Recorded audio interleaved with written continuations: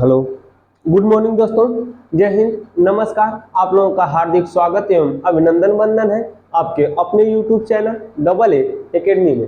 तो चलिए मेरे दोस्त, हम लोग अर्थ के आधार पर शब्द के वर्गीकरण को पढ़ रहे थे। ठीक है, अर्थ के आधार पर शब्द के भेद या शब्द का वर्गीकरण। इसमें हमने पिछली कक्षा में क्या देखा था? विपरीतार्थक या विलोम शब्द। ठीक है, पिछली कक्षा में हमने देखा था विपरीतार्थक शब्द या विलोम शब्द। तो इस कक्षा में हम लोग कौन से देखने वाले हैं? कौन सा अर्थ के आधार पर शब्द के जो भेद रहेगा, समान उच्चारित शब्द देखेंगे। ठीक है, तो चलिए मेरे दोस्त, इस वाले को अब हम लोग देखने का कार्य करते हैं। चलिए देख लेते हैं। यह जो आपको मिलेगा, क्या मिलेगा? तो आज की कक्षा जो अर्थ के आधार पर शब्द के भेद हम लोग पढ़ रहे थे, उसमें आज जो हम लोग पढ़ेंगे वह रहेगा आज का टॉपिक युग्म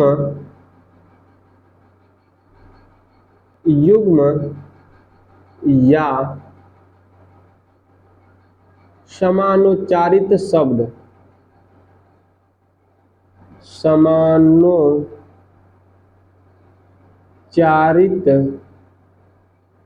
युग्म या समानोच्चारित शब्द। चलिए दोस्त देख लेते हैं, युग्म या समानोच्चारित शब्द किसे कहते हैं। ठीक है, चलिए देखेंगे, आज की पूरी कक्षा इसी पर करेंगे। देखें कि युग्म या समानोच्चारित शब्द क्या होता है। देखिए, समान उच्चारित, ठीक है, समान धन उच्चारित बराबर समानोच्चारित। इसको तोड़ेंगे तो दो शब्द में टूटेगा, क्या बन जाएगा? तो आपका बनेगा समान धन उच्चारित, समान धन उच्चारित बराबर समानोच्चारित। ठीक है, उच्चारण में कैसा रहेगा? उच्चारण में समान। देखिए, इसको हम देखेंगे तो इसका चलता है पता मुख्य रूप से कि उच्चारण में कैसा रहेगा? समान रहेगा, लेकिन अर्थ में क्या रहेगा? अलग। उच्चारण में समान और अर्थ में अलग, और अर्थ में अलग अलग। ठीक है, अर्थ में क्या रहेगा? अलग रहेगा। तो चलिए मेरे दोस्त, ऐसे शब्द जो उच्चारण में समान होते हैं परंतु अर्थ उनका अलग अलग होता है, उन्हें क्या कहते हैं? समानोच्चारित शब्द कहते हैं। तो ऐसे शब्द की जो हम लोग देखेंगे उसको तो देखेंगे, लेकिन अब परिभाषा लिख देते हैं। आप लोग भी लिख लीजिएगा कि ऐसे शब्द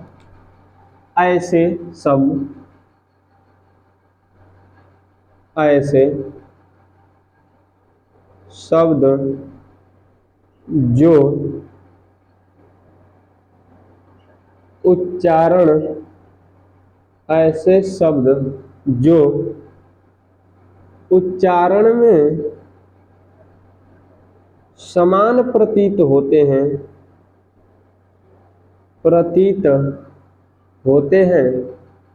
जो उच्चारण में समान प्रतीत होते हैं परंतु उनका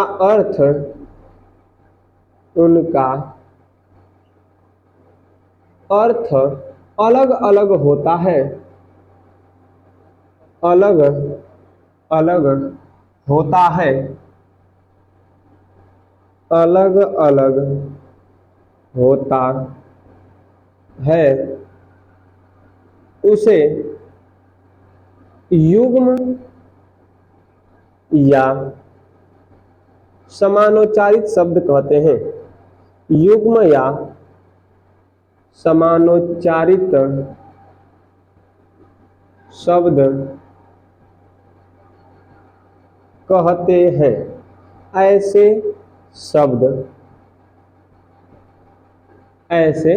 शब्द जो उच्चारण में समान होते हैं। उच्चारण में कैसे होते हैं? समान होते हैं, परंतु उनका अर्थ क्या होता है? अलग अलग होता है। ऐसे शब्द को क्या कहते हैं? युग्म या समानोच्चारित शब्द कहते हैं। मतलब अर्थ अलग रहेगा, उच्चारण एक ही रहेगा। ठीक है, तो चलिए ऐसे शब्दों को देखते हैं हम लोग। तो उदाहरण में आप एक शब्द सुने होंगे, देखिए उदाहरण में आप शब्द क्या सुनते होंगे, बहुत बार सुनते होंगे, एक शब्द है अनल, अनिल। शुरू करता हूं यहीं से, बहुत बता देंगे सर जी, चिंता मत करिएगा। अनल और अनिल, अनल का अर्थ क्या होता है और अनिल का अर्थ क्या होता है? तो अनल का अर्थ होता है अग्नि या आग, परंतु अनिल का अर्थ होता है हवा या तो वायु, कर सकते हैं, ठीक है, हवा या वायु। सोचिए, अनल अनिल उच्चारण करने में एक समान लग रहे हैं ना, उच्चारण करने में कैसा दिखाई दे रहे हैं? एक समान, लेकिन इनका अर्थ क्या है दोस्त? अलग अलग है। उच्चारण में कैसे दिखाई दे रहे हैं? एक समान, लेकिन अर्थ इनका क्या दिखा? अलग अलग दिखा। चलिए अगला वाला देखते हैं, ऐसा और शब्द मिलेगा, उसको भी देखने का कार्य करते हैं। तो देख लीजिए अगला वाला आपको क्या मिलेगा। तो अगला वाला जो आपको मिलेगा उसको देखिए, आपको मिलेगा अंश। अंश, एक शब्द है अंश, एक शब्द है अंश। देखिए दोनों का अर्थ अलग अलग है, ठीक है। इस वाले अंश का अर्थ होगा भाग या हिस्सा, भाग या हिस्सा। लेकिन इस वाले अंश का क्या होगा? तो इस वाले अंश का अर्थ होगा कंधा। इसका अर्थ क्या होगा दोस्त? कंधा होगा। चलिए अगला वाला देखते हैं कि अगला वाला क्या शब्द है। तो अगला वाला आपको शब्द मिलेगा आमरण और आवरण। देखते होंगे बहुत बार मिलता होगा, तो इधर देखते हैं आमरण, आमरण और आभरण, आमरण और आभरण। दोनों का उच्चारण समान ही लग रहा है ना, लेकिन अर्थ क्या क्या है? अलग अलग है, ठीक है। देखिए आमरण का अर्थ क्या होगा दोस्त? मरने तक। आमरण का अर्थ क्या होगा? मरने तक। लेकिन आभरण का अर्थ क्या होगा? तो आभरण का अर्थ होगा आभूषण या गहना, आभूषण या गहना। चलिए अगला वाला देखते हैं शब्द क्या है। तो अगला वाला शब्द देख लेते हैं, मिलेगा व्यंजन और व्यजन। व्यंजन और एक शब्द है व्यजन, व्यंजन और व्यजन। तो व्यंजन का अर्थ और व्यजन का अर्थ क्या होगा? तो व्यंजन का अर्थ होगा पकवान, व्यंजन का अर्थ हो जाएगा पकवान या तो खाना या भोजन कह सकते हैं, ठीक है। लेकिन व्यजन का अर्थ क्या होगा? तो व्यजन का अर्थ होगा आपको पंखा। व्यजन का अर्थ क्या होता है दोस्त? पंखा होता है, ठीक है। व्यजन का अर्थ क्या होगा? पंखा, और व्यंजन का अर्थ क्या होगा? पकवान या भोजन। अगला वाला चलिए देखते हैं, अगला वाला। हाँ, तो अगला वाला आपको मिलेगा शब्द, एक मिलता है आभोग अभोग्य, ऐसा करके मिलता है एक शब्द, उसको देखते हैं। आभोग, आ भोग, दूसरा वाला मिलता है आभोग्य, ठीक है। आभोग, एक और मिलता है आभोग्य। चलिए देखिएगा आभोग का अर्थ क्या होगा, आभोग्य का अर्थ क्या होगा। तो आभोग का जो अर्थ होता है, आभोग का अर्थ होगा विस्तार, ठीक है। आभोग का अर्थ होगा रूप या विस्तार। लेकिन जो आपका आभोग्य है, इसका अर्थ होगा भोगने योग्य, भोगने योग्य, या तो इसी को कह सकते हैं कि जिसका भोग किया जाए, जिसका भोग किया जाए। या तो लिख लीजिएगा आप लोग इधर नीचे से प्रयोग करने योग्य, इसी का दूसरा अर्थ होता है प्रयोग करने योग्य, प्रयोग करने योग्य। यह आपको किसका मिलेगा? तो इतना अर्थ मिलेगा, ठीक है। तो आशा करता हूं कि समझ में आ रहा होगा। ठीक है, चलिए मेरे दोस्त, इसका आप लोग स्क्रीनशॉट बनाइए जल्दी से, अब आगे बढ़ेंगे। हो गया, चलिए दोस्त अब आगे बढ़ते हैं और अगला हम लोग लिखने का कार्य करते हैं। तो चलिए देखिए, अगला वाला एक शब्द आप लोगों को मिलेगा आरती। आरती एक शब्द मिलेगा, आरती। एक तो है आरती, एक आरती। तो इस आरती का अर्थ और इस आरती का अर्थ क्या होता है, दोनों को देखें। इस आरती का अर्थ होता है विरक्ति। इस आरती का अर्थ क्या होगा, विरक्ति, किसी से क्या करना, विरक्त हो जाना। लेकिन इस आरती का अर्थ क्या होगा, तो इस आरती का आपको अर्थ मिलेगा धूप दीप आदि। धूप, आपको पूजा पाठ करने के लिए धूप दीप सामग्री जो होती है उसका होता है। ठीक है, धूप दीप आदि। चलिए और देख लेते हैं शब्द। आपको मिलेगा एक शब्द विपण, एक शब्द मिलेगा विपणी छोटी का, एक शब्द मिलेगा विपण पर बड़ी। ठीक है, विपण, विपणी, विपणी। ठीक है, दोनों अर्थ, तीन शब्द हैं, तीनों का देखिएगा अर्थ अलग अलग मिलेगा। क्या अर्थ मिलेगा उसको देखते हैं। तो विपण का अर्थ क्या होता है, विपण का अर्थ होता है बाजार। विपण का अर्थ क्या होता है, बाजार। इसका विपणी का अर्थ क्या होता है, दुकान। विपणी का अर्थ क्या होता है, दुकान। और इसका अर्थ क्या होता है, दुकानदार। ठीक है, विपणी दुकानदार। चलिए देखिए, यह आपका मिला दुकानदार।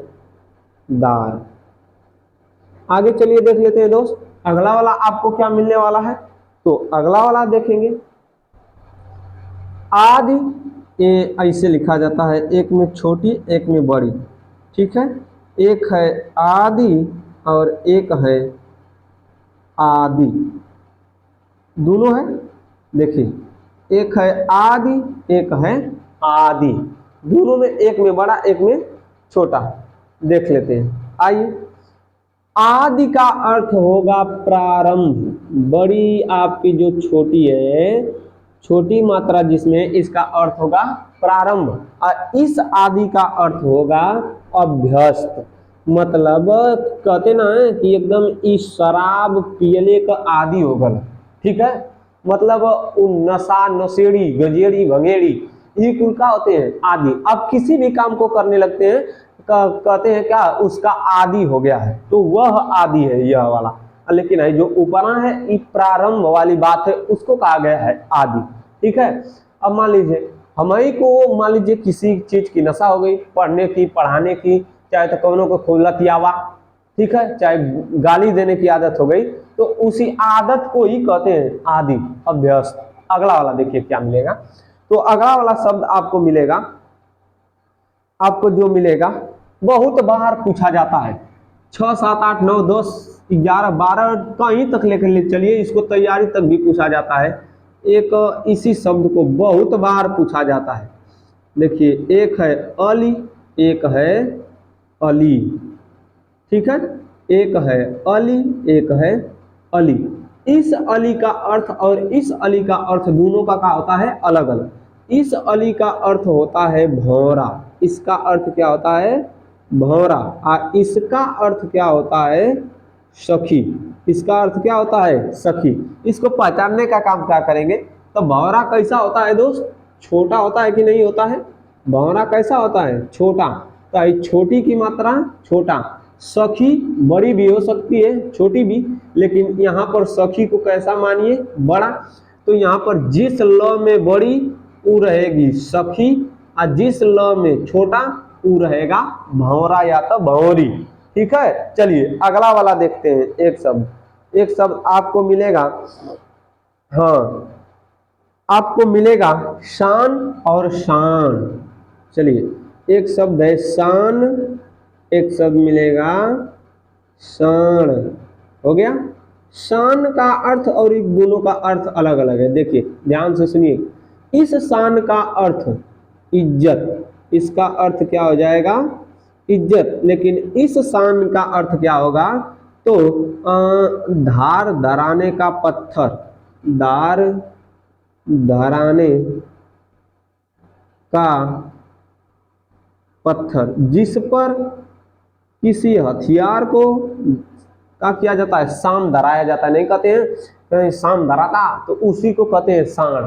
ठीक है, आगे चलिए देखिए अगला वाला आपको मिलेगा शीशा। एक शब्द है शीशा, एक शब्द मिलेगा शीशा, बड़ा सा पर बड़ी और ईसा। ठीक है, एक शब्द मिलेगा शीशा। दोनों शब्द का अर्थ अलग अलग है। एक शीशा का अर्थ होगा क्या, दर्पण, एक शीशा धातु है। तो हाई वाला जो शीशा है यह धातु है, धातु का नाम, धातु का नाम है। परंतु यह जो शीशा है यह आपको दर्पण का काम करेगा। ठीक है, आईना ना कहल जाला, गांव के भाषा में कहल जाला तनी आईना ले ले आप देख लेवल जाता। ठीक है, चलिए अगला वाला देखते हैं। एक शब्द आपको मिलेगा हाँ, एक शब्द है इधर दिख रहा है ना, हो जाएगा कि नहीं, तो हो जाएगा, तब वो नहीं होगा तब वो। देखिए एक शब्द मिलेगा दिन और एक शब्द मिलेगा दीन, दोनों का अर्थ अलग अलग है, ध्यान से सुनिए। एक दिन का अर्थ है गरीब या तो दुखी, एक का अर्थ है दिवस। हाई वाला क्या है, दिवस है। ठीक है, अंग्रेजी में कहेंगे तो डे, डे माने दिन, लेकिन हाई वाला जो है दुखी या तो गरीब, इसका अर्थ दुख होता है, दुखी भी होता है और गरीब भी होता है। चलिए अगला वाला देखते हैं, दिख रहा है कि नहीं, देख लीजिए सर जी, हो गया, दिख रहा है नहीं दिख रहा है, तो चलिए बस यहीं पर रोकते हैं, फिर इसको मिटा लेते हैं तब लिखते हैं। आइए जल्दी से स्क्रीनशॉट बना लीजिए, बोले हैं, बोल के लिखे हैं कि इस वाले दिन का अर्थ है दिवस, इस वाले दिन का अर्थ है गरीब। ठीक है, स्क्रीनशॉट बनाइए जल्दी से। चलिए आगे देखते हैं, चलिए देखिए सर आगे देखते हैं दोस्त, अगला वाला क्या मिलने वाला है। तो आप बहुत ध्यान लगाकर इस वाले को देखिएगा, ये वाला बहुत बार पूछा गया है और इसी को हम बताने जा रहे हैं। एक मिलेगा आपको तरुण, फिर मिलेगा तरुणी, तरुण के बाद तरुणी। ठीक है, और कुछ मिलेगा तो उसको देखिए, फिर इसके बाद मिलेगा तरणी, एक ठो मिलेगा आपको तर और ड़ पर बड़ी। ठीक है, इन चारों का जो अर्थ होता है अलग अलग होता है। चलिए देखिए चारों का अर्थ क्या क्या होता है। इस तरुण का अर्थ होता है युवक, इसका अर्थ क्या होता है, युवक। तो इस तरुणी का अर्थ होता है युवती, इसका अर्थ क्या होता है, युवती होता है। इस तरणी का अर्थ क्या होता है और इस तरणी का अर्थ क्या होता है, दोनों का अलग अलग। ठीक है, ध्यान से देखिएगा, एक तरणी का अर्थ क्या होता है, एक तरणी का अर्थ क्या होता है। तो एक जो तरणी छोटी का है इसका अर्थ होता है सूर्य, इसका अर्थ क्या होता है, सूर्य। लेकिन हाई वाली जो तरणी है इसका अर्थ होता है नाव या नौका, नाव या नौका। ठीक है, इतना ध्यान दीजिएगा। यह हमको दो दो करके बताना चाहिए था, लेकिन तीनों चारों देखिए एक समान दिखाई दे रहे हैं, हम दो गो करके बता सकते थे, कोई दिक्कत नहीं है। कभी कभी आप पूछने का तरीका, इस तरुण के साथ तरुणी का कभी पूछ लेता है, तो कभी इस तरणी के साथ इस तरणी का पूछता है, तो कभी इस तरणी के साथ इसका पूछता है। ठीक है, आगे पीछे इसी में करके पूछता रहता है, ऐसे करके पूछता है। ध्यान से सुनिएगा, कभी तरुण के साथ तरुणी, कभी तरुण के साथ तरणी, कभी तरणी और तरणी दोनों देता है। ध्यान से सुनिएगा, खास करके यही दुगो देता है आपको, ये यही दो खास करके, इसको याद करिएगा, उसको भी याद कर लीजिएगा, काटेगा नहीं, पेट ना गड़ी। ठीक है, आगे चलिए देखिए, एक शब्द मिलेगा सूची, एक शब्द मिलेगा सूची। यहाँ पर बनाते हैं, एक शब्द मिलेगा सूची, एक शब्द मिलेगा सूची। ठीक है, देखिए एक शब्द मिलेगा सूची, एक शब्द मिलेगा सूची।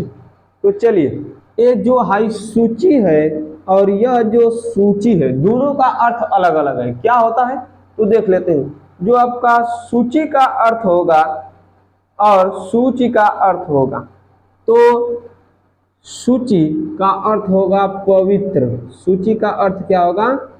पवित्र होगा। और इस सूची का अर्थ क्या होगा? तो सूची का अर्थ होगा नामावली। नामावली, जिसमें नाम रहता है उसे कहते हैं नामावली। ठीक है, चलिए आगे देख लेते हैं। अगला वाला क्या मिलेगा? अगला वाला आपको मिलेगा सर्व और सर्व। एक शब्द है सर्व, एक है सर्व, दोनों का अर्थ अलग अलग। चलिए देखिए आगे क्या मिलने वाला है, अर्थ दोनों का अर्थ क्या मिलेगा। तो चलिए देख लेते हैं सर्व का अर्थ और सर्व का अर्थ। तो पहले वाले सर्व का अर्थ होता है सभी, और दूसरे वाले सर्व का अर्थ जो होता है वह होता है शिव। पहला वाला रहेगा सभी, दूसरा वाला क्या रहेगा? शिव रहेगा। चलिए अगला वाला देखते हैं। एक शब्द मिलेगा आप लोगों को चित्त। एक शब्द क्या मिलेगा? चित्त हलंत। एक शब्द मिलेगा चित्त पूरा। एक शब्द मिलेगा ची आधा त और इत। ठीक है, दोनों का, तीनों का अर्थ अलग अलग है। इस चित्त का अर्थ होता है मन। इस चित्त का अर्थ क्या होता है? मन। एक चित्त है, एक चित्त हलंत है। तो जो चित्त हलंत वाला है उसका अर्थ क्या होता है? ज्ञान। इस चित्त का अर्थ क्या होता है? ज्ञान। इस चित्त का अर्थ क्या होता है?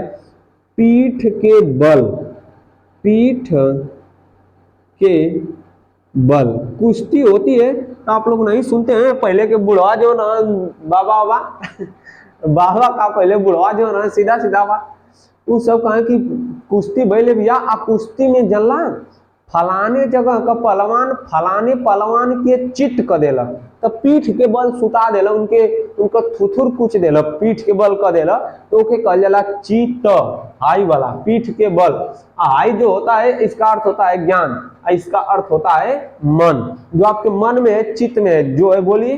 ठीक है, गाना भी है चित्त बदली वाला, सुन लीजिएगा अच्छे से। चलिए एक शब्द मिलेगा अविराम और अविराम। देखिए अविराम, अविराम और एक शब्द मिलेगा अविराम। एक शब्द है, चलिए